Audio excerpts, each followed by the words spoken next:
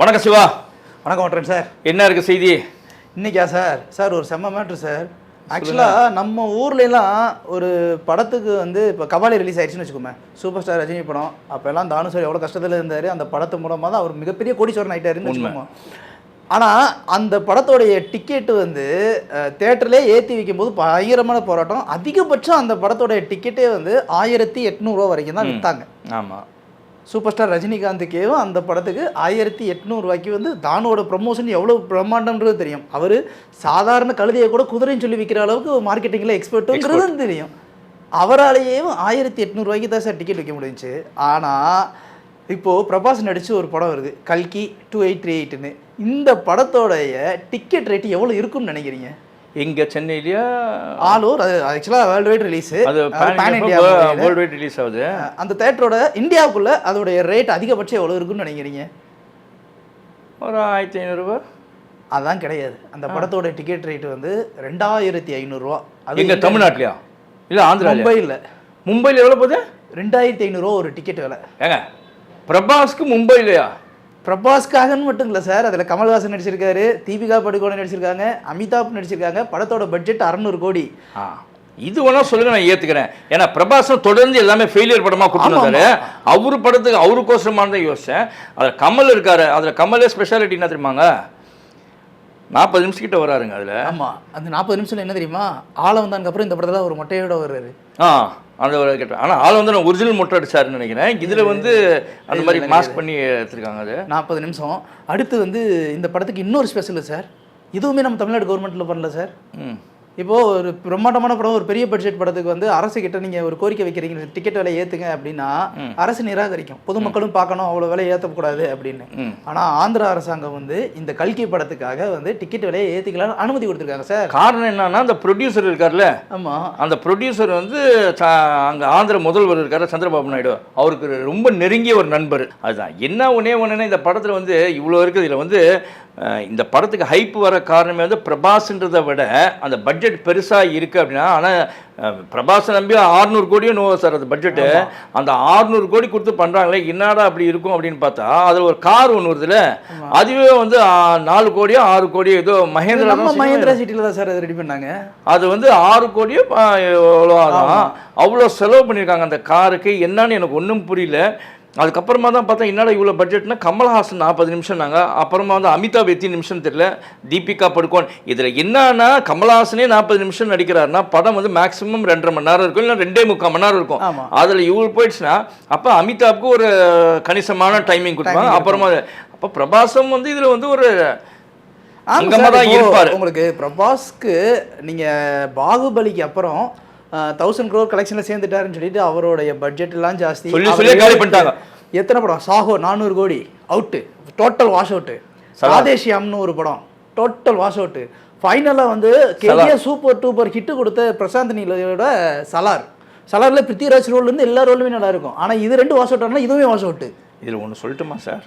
நீங்கள் அது அவங்க ரசிகருங்க எப்படி ஏற்றுக்கிறாங்க. அதில் அந்த படத்தோட டீசரும் சரி ட்ரெய்லரும் பார்க்கும்போது பிரபாஸ் வந்து தனிமையாக தெரிகிறார். அதில் அந்த அளவுக்கு பில்டப்பே இல்லாமல் இருக்குது அவருக்கு. கமலை பார்க்கும்போது ஒரு ஜிஜான்டிக்காக இருக்கார், அமிதாப்பை பார்க்கும்போது ஒரு ஜிஜான்டிக், இவளை பார்க்கும்போது அவங்க பேர் தீபிகா போட்டுக்கொண்டிருக்கலாம், அவங்கள பார்க்கும்போது ஒரு இது இருக்குது, ஒரு ப்ரெசன்டேஷன் அவங்களாம் இருக்கு.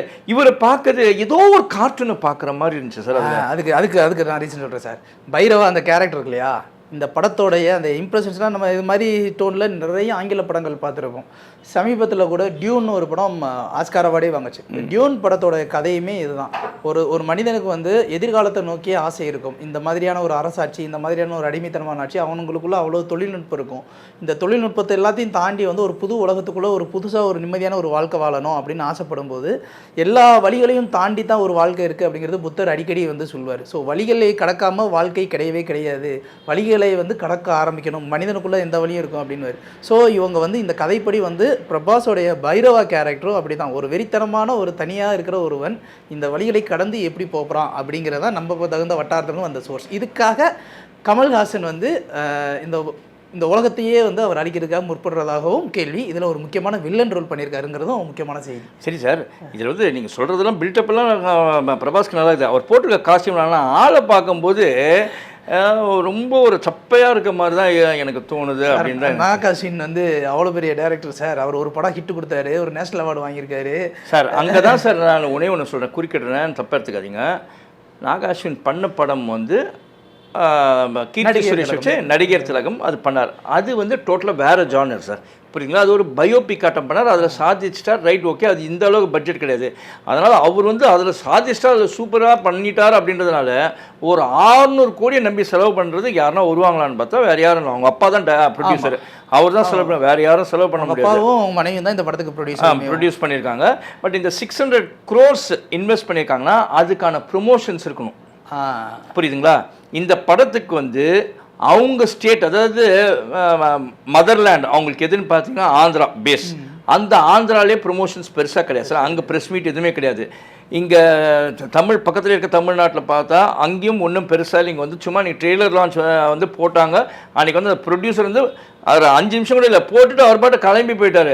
ஒன்றும் பெருசாக பேசல, இது 2 minutes தான் பேசினார். பிரபாஸ்லாம் யாருமே இங்கேயும் வரல. அவங்களுக்கு வேணுமே ஒன்று கான்சென்ட்ரேட் பண்ணது வந்து பாம்பேயில் மட்டும்தான் பண்ணாங்க. அதே கமலஹாசனை பார்த்தீங்கன்னு வச்சுக்கோங்களேன், கமலஹாசன் வந்து அவருடைய ஒவ்வொரு படத்துக்கும் இதுக்கு முன்னால் அந்த படமும் பார்த்தீங்கன்னு வச்சுக்கோங்களேன், எல்லாத்துக்குமே வந்து ஒவ்வொரு ஊராக தான் ட்ராவல் பண்ணார். புரியுதுங்களா? எதுனா நம்ம விக்ரம்க்கு ட்ராவல் பண்ணார். அதே மாதிரி பொன்னியின் செல்வனுக்கு பார்த்தீங்கன்னா அவ்வளோ ஸ்டார் காஸ்ட் இருந்தாங்க, எல்லாருமே எல்லா ஊருக்கும் ட்ராவல் பண்ணாங்க. இதில் ஏன் அப்படி ஒரு என்ன கேட்கணுன்னா, அப்படி ஒரு அதீத நம்பிக்கைன்னு சொல்லுவாங்க தெரியுமா அந்த படத்து மேலேயா, இல்லை இது ஒரு ஆரகன்சின்னு சொல்லலாமான்னு கூட எனக்கு தெரியல. ஏன்னா டோட்டலாக பாய்காட் பண்ணிட்டு வெறும் பாம்பே இருந்தால் எனக்கு போதும் அப்படின்னு நினச்சாங்க. வெளியில் ஒன்றுமே தெரியல சார். இவங்க ஒரு ப்ரெசன்டேஷன் வெளியில் காமிச்சாதான், அதாவது நீங்கள் சும்மா எக்ஸிக்யூட் பண்ணுறது வேறு, நீங்கள் வெளியில் வரணும், உங்கள் முகத்தை காட்டணும். கண்டிப்பாக அந்த எதுவுமே இல்லை. இதில் இன்னொரு விஷயம் சார், கமலஹாசன் அவ்வளோ சீக்கிரத்தில் அரசியலாக இருக்கட்டும் சரி, சினிமாவாக இருக்கட்டும் சரி, இப்போ அடுத்த ஒரு படத்தில் ஒரு கேரக்டர் ரோல் பண்ணுறதுக்கு அக்செப்ட் பண்ணிக்க மாட்டாருங்கிறது நமக்கு தெரியும். கண்டிப்பாக பண்ண மாட்டார். அப்படி இருக்கிறவர் இந்த படத்தில் ஒரு வில்லன் ரோலில் நடிக்கிறதுக்கு அக்செப்ட் பண்ணியிருக்காரு அப்படின்னா பணம் எவ்வளோ வாங்கியிருப்பார்? கண்டிப்பாக அதில் என்னென்னா அவருக்கு ஏற்ற ஒரு கேரக்டர் இருக்கும் சார். ஒன்று அந்த ப்ரொடியூசர் பெரிய கோடீஸ்வரர் சார், நல்ல அளவு கொடுத்துருப்பாங்க. சொல்கிறதுக்குள்ள அடுத்து கமல் சார் எதனா படம் பண்ணுறதா இருந்தால், தக் லைஃப்க்கு அப்புறம் பண்ணுறதா இருந்தால் அந்த கம்பெனி பண்ணுறதா கூட இருக்கலாம்.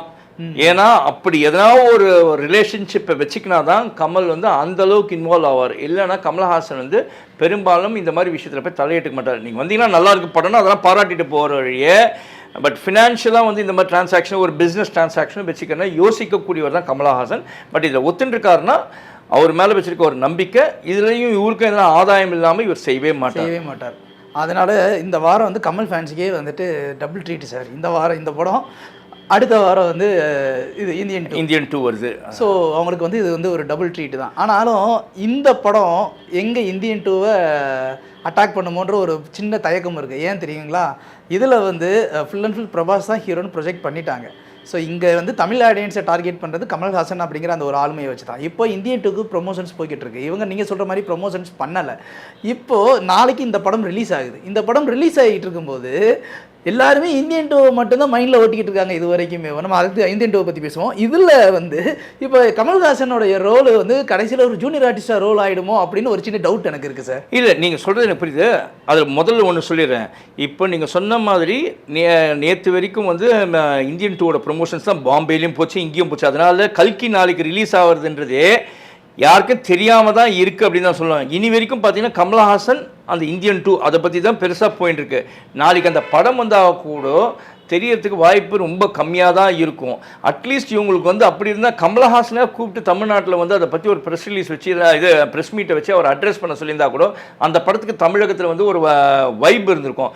இது ஃபுல்லாகவே வைப் கம்மியாக தான் இருக்குது. இவங்க போய் பாம்பேயில் என்ன தான் ப்ரெசென்ட் பண்ணாலும் அங்கே வந்து பிரபாஸ்க்கு கொடுத்த ரெக்கக்னேஷனை விட அமிதாப் பச்சன், தீபிகா படுகோன், அதுக்கப்புறம் கமலஹாசன், இவங்க 3 பேருக்கு தான் பெருசான ரிசப்ஷன், அங்கே ஒரு வரவேற்பே இருந்துச்சு. அதில் ஒரு ஜூனியர் ஆர்டிஸ்டாட்டும் இருந்தவர் தான் பிரபாஸ்ன்னு நான் சொல்லுவேன். ஏன்னா இதில் படத்தில் வந்து கமலஹாசன் வந்து நீங்கள் எக்காரணத்தை கொண்டோ நீங்கள் அண்டர் எஸ்டிமேட் பண்ணவே முடியாது. அவருக்கு வந்து ஒரு பேசக்கூடிய ஒரு கேரக்டராக தான் இந்த படத்தில் உண்மையில் இருக்கு. எப்படி சலாரில் வந்து சலார் தானே நம்ம பிருத்திவிராஜ் பண்ணது, அதில் வந்து பிரபாஸ் பெருசாக பேசப்படல, படம் ஃபெயிலியர் தான். அதில் பிருத்திவிராஜோட கேரக்டர் வந்து நல்லா பேசப்பட்டுச்சு. அந்த மாதிரி இந்த படம் நல்லா இருக்கணும் தான் எதிர்பார்க்குறோம். ஏன்னா படம் வந்து 600 கோடி செலவு பண்ணியிருக்காங்கன்னும் போது நம்ம வந்து இந்த சினிமா துறையை சார்ந்த ஒரு பத்திரிகையாளர் இருக்கிறனால இந்த படம் சக்ஸஸ் ஆகணும் தான் அப்படி ஒரு ஆசை. பட் அதுக்கான முயற்சிகளை இவங்களை செஞ்சாங்கன்னா கண்டிப்பாக அதில் வந்து ரொம்ப கம்மி தான் ப்ரொமோஷன்ஸில் எல்லாமே. படக்குழு வந்து பார்த்தீங்கன்னு வச்சுங்களேன், அவங்களுடைய அல்டிமேட் டார்கெட்டு ஃபர்ஸ்ட் டே வந்து 200 கோடி ரூபா வேர்ல்டு வைடு கலெக்ஷன் எடுக்கணுமா. இன்னைக்கு இருக்க ட்ரெண்டில் நடக்குங்க. ஏன்னா அந்த ஃபஸ்ட்டு நாள், செகண்ட் நாள், தேர்ட் டே, இது 3 நாள் இருக்கும். 4வது நாள் தான் ஒரிஜினல் ஃபீட்பேக் வர ஆரம்பிக்கும். ஏன்னா ஃபர்ஸ்ட் அந்த 200 கோடி அப்படிங்கிறது 200 கோடி அப்படிங்கிறது பெஞ்ச் மார்க் சார். ஏன்னா ஷாருக்கானோட ஜவான் படமே ஃபர்ஸ்ட் டே ஆஃப் கலெக்ஷன் வந்து 60 கோடின்னு சொல்லியிருக்காங்க. ஷாருக்கானுடைய ஃபஸ்ட்டு படமே வந்து 60 கோடி தான் first day of benchmark வேர்ல்டு வைடுமே. அப்படி இருக்கும்போது இவங்க 200 கோடி பெஞ்ச் மார்க் வச்சுருக்காங்கன்னா இப்போது அந்த அளவுக்கு இந்த படத்தை நம்புகிறாங்கன்னு தானே அர்த்தம். இல்லை நம்புகிறாங்க. அந்த மாதிரி நம்பிக்கையில் தான் வந்து ஒருத்தர் வந்து இப்போ ஹிந்தி படம் பண்ணார். நீங்கள் தொடர்ந்து இப்போ அந்த ப்ரொடியூசர் கூட, நான் ஒரு பேர் டக்குன்னு மறந்துட்டேன், இப்போ சமீபத்தில் வந்த படங்களை 3 படம் பண்ணார். பண்ணிவிட்டு திவாலாய் கட்சியில் வந்து அவர் பில்டிங் ப்ராப்பர்ட்டி எல்லாமே விற்றுட்டாருங்க.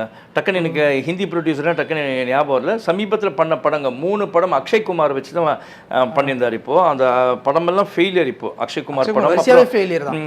இன்னும் 2 படம் பண்ணார். இல்லை கடைசியில் வந்து அவ்வளோ ஸ்டாஃப்ஸ்லாம் வீட்டுக்கு அனுப்பிச்சிட்டு பில்டிங்கெல்லாம் விற்றுட்டார். இன்றைக்கி நிலைமை அந்த மாதிரி ஆயிடுச்சு. புரியுங்களா? சினிமாவை வந்து எவ்வளோ இன்வெஸ்ட் பண்ணுறோமோ, நீங்கள் இன்வெஸ்ட் பண்ணுறது பெருசு இல்லை சார். இன்வெஸ்ட் பண்ணிங்கன்னா அதில் அதுக்கான கண்டென்ட் இருக்கணும். ஒரு அவதார் படம் பண்ணுறான் அப்படின்றதுனால நீங்கள் எல்லாருமே பண்ண முடியாது சார். அவதாரில் வந்து பண்ணுறான்னா அதில் வந்து கண்டென்ட் இருக்குது.